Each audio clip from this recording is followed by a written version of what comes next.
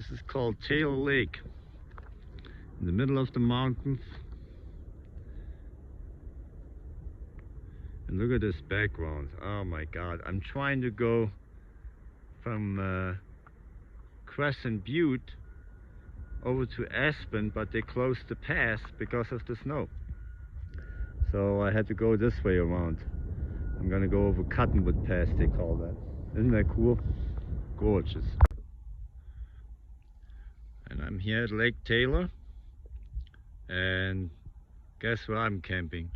Right above the lake and right above all the mountain range with the snow on there. Isn't that something? Hi, hi. I tell you what, one spot is more beautiful than the other. It's hard to grasp which one you like more.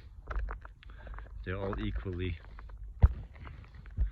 Look how cool that is.